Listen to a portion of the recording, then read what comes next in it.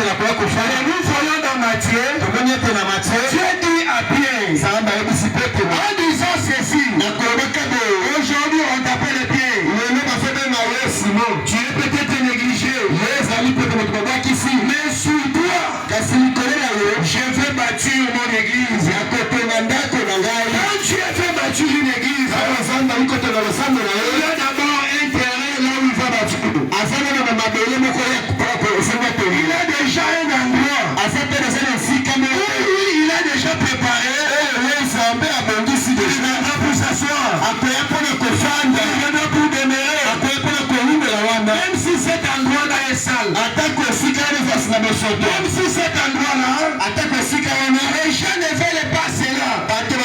Mais comme Dieu a choisi, Dieu viendra à cet endroit-là pour laver cet endroit-là, pour purifier cet endroit, afin que Dieu puisse demeurer. Demandons-nous maintenant, quelle maison que Dieu peut venir pour habiter? Ce n'est pas une maison là où il y a des critiques. Ce n'est pas une maison où il y a des problèmes. Dieu ne viendra pas dans cette maison. Dieu est Dieu. Là où il y a la paix. Dieu est Dieu. Là où il y a la joie. Dieu est Dieu. Là où il y a la reconnaissance. À tout fait que lui, il est en train de faire. Mais quand Dieu s'approche, il trouve qu'il y a le péché. Il trouve qu'il y a l'incrédulité. Il trouve que ici je ne peux pas vivre. Et ce que je ferai, Dieu sortira. Il ne peut pas habiter à cet endroit.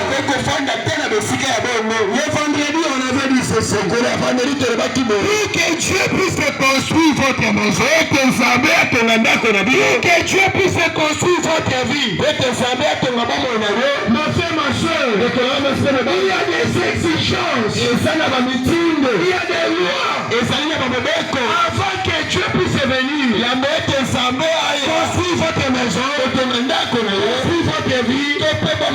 La première des choses, Dieu doit trouver l'obéissance à cet endroit-là. Quand il n'y a pas l'obéissance, quand il y a la désobéissance, Dieu ne viendra pas. Dieu ne parlera pas. Dieu n'agira pas. Parce que dans la Bible, il y a des gens qui avaient désobéi à Dieu. Dieu les avait chassés devant les femmes. Dieu les avait chassés. Parce que Dieu ne peut pas habiter là où il y a les mensonges, là où il y a les critiques, là où il y a les péchés.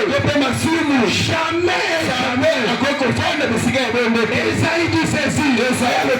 Sur qui moi je frapperai mes regards. Ce matin, tu as besoin que Dieu puisse te visiter. Tu as besoin que Dieu puisse venir dans ta maison. Il puisse construire tout le mur qui est écoulé. Il puisse construire la toiture qui était envolée par le vent. Que Dieu puisse reconstruire cela. Dieu exige l'obéissance. Dieu exige le respect. Dieu exige que tu sois dans sa parole. Que tu marches dans sa parole. Que tu puisses marcher. Non pas un pied de l'homme. Non pas un pied dedans. Mais que tu puisses marcher tous les deux pieds dans la parole de Dieu. Est-ce que nous ne pouvons pas acclamer pour le Seigneur? La personne que Dieu veut regarder ce matin. La personne que Dieu veut manger avec nous ce matin. C'est cette personne-là qui a les soucis d'obéir à la parole de Dieu. Qui a les soucis de faire tout ce que Dieu est en train de faire. Nous allons prendre le livre de Deutéronome, le chapitre 11, le verset 26 jusqu'à 29. Nous allons écouter ce que la Bible nous dit. Écoutons attentivement ce que la Bible nous dit. Jamais aujourd'hui devant vous la bénédiction et la malédiction. La bénédiction, si vous obéissez au commandement de l'Éternel, il y a des gens qui disent Amen à la parole de Dieu.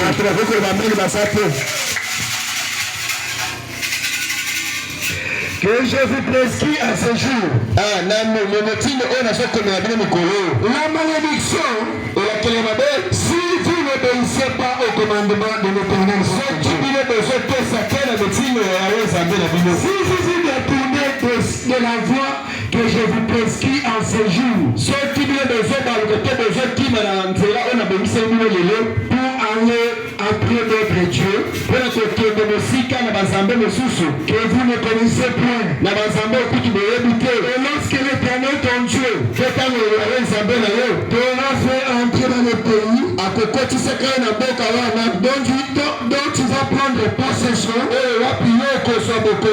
tu prononceras la bénédiction sur la montagne. Est-ce que vous êtes là? Est-ce que vous êtes là? La Bible nous dit Dieu place deux chemins devant nous. Il place la bénédiction, il place aussi la malédiction. C'est à vous maintenant de choisir. Si toi tu fais la bénédiction, suis maintenant la bénédiction. Si toi aussi tu fais la malédiction, maintenant c'est à toi de choisir. Il y a les deux chemins qui est devant toi. Tu ne prends cette personne. C'est à toi de dire que je ne vais pas choisir ce chemin. Je vais choisir ce chemin. Je vais faire ceci. Je vais faire cela. Si vous suivez ce que la nuit, les chemins de ce monde, les chemins de ce monde, nous allons lire le prophète pour savoir à chaque fois quelqu'un qui abandonne le chemin de Dieu pour suivre le chemin de ce monde, il y a la malédiction qui marche avec cette personne. Tout ce que cette personne a fait là, cela ne marchera pas. Tout ce que cette personne a dit là, cela n'ira pas de l'avant. Tout c'est pourquoi il marche avec la malédiction. Parce qu'il n'a pas obéi à Dieu. Écoutons un peu ce que le prophète nous dit.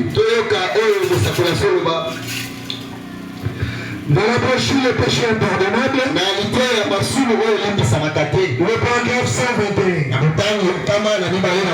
Maintenant, qu'est-ce que le péché? Est-ce que vous êtes là? Qu'est-ce que le mot péché? Le prophète dit, le mot péché signifie la désobéissance à la parole de Dieu.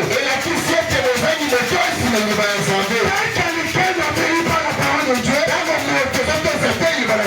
donc il a connu un péché. Le prophète dit, le péché c'est l'incrédulité. On vous a montré la parole. On vous a montré ce que la Bible dit.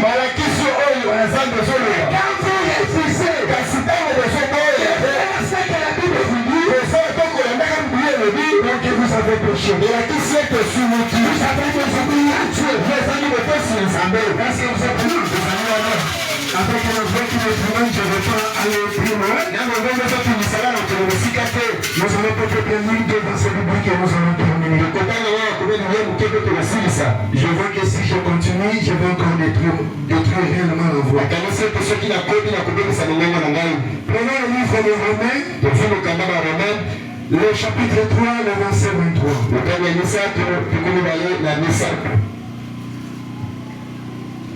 Romains, le chapitre 3,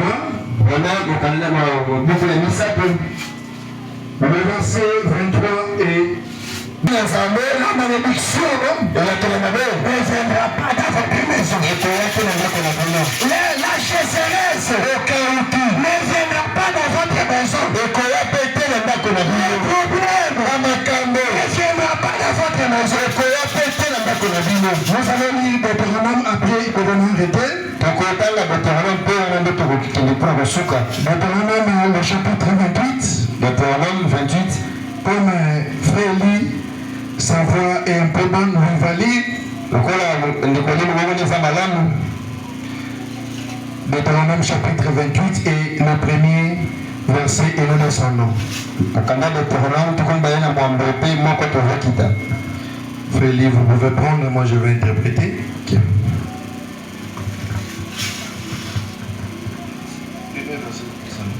Nous lisons au nom de Jésus-Christ.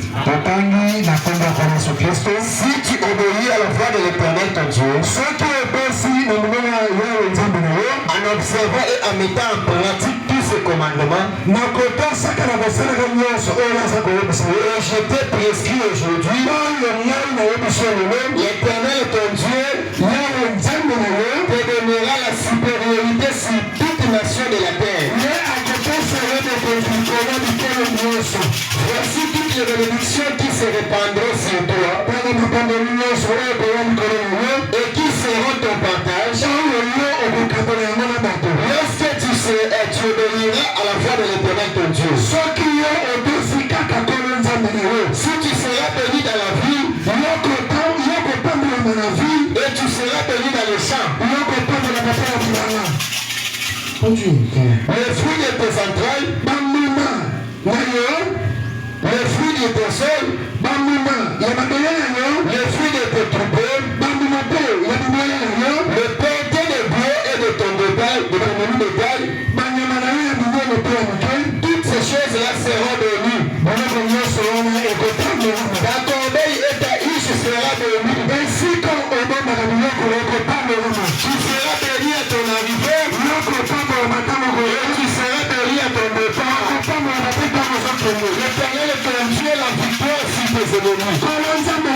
Ils se lèveront contre toi. Ils sortiront contre toi par un seul chemin et ils s'enfuiront devant toi par cet chemin. L'Éternel ton Dieu a la bénédiction d'être avec toi dans tes guerriers et dans toutes tes entreprises. Il te bénira dans le pays que l'Éternel ton Dieu te donne. Tu seras pour l'Éternel un peuple saint.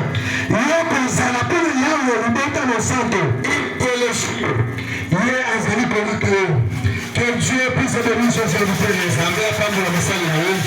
Je vais seulement préparer la prédication, mais ma voix n'est pas assez bonne. Pour le reste, que Dieu vous bénisse.